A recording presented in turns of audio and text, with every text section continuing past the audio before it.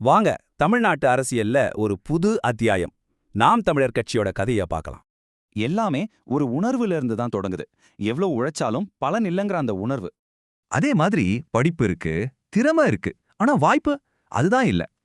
இந்த மாதிரி விரக்திக்கு ஒரு பேர் இருக்கு. இத விளக்க ஒரு சரியான வார்த்தை இருக்கு.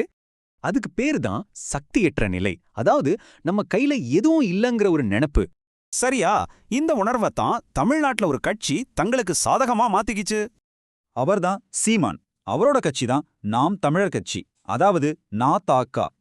இவங்க மத்த கட்சிகளுக்கு ஒரு தமிழ் தேசியவாத மாற்றுன்னு சொல்லிக்கிறாங்க.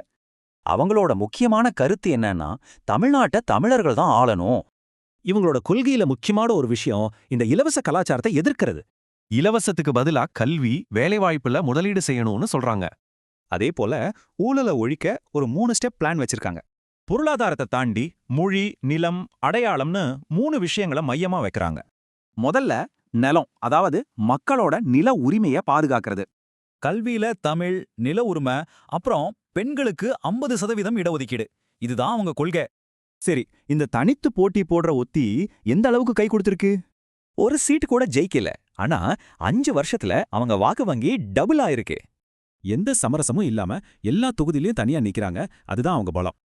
இப்போ கேள்வி என்னன்னா, இது தமிழகத்துக்கு ஒரு புதிய குரலா இல்ல சர்ச்சைக்குரிய சித்தாந்தமா?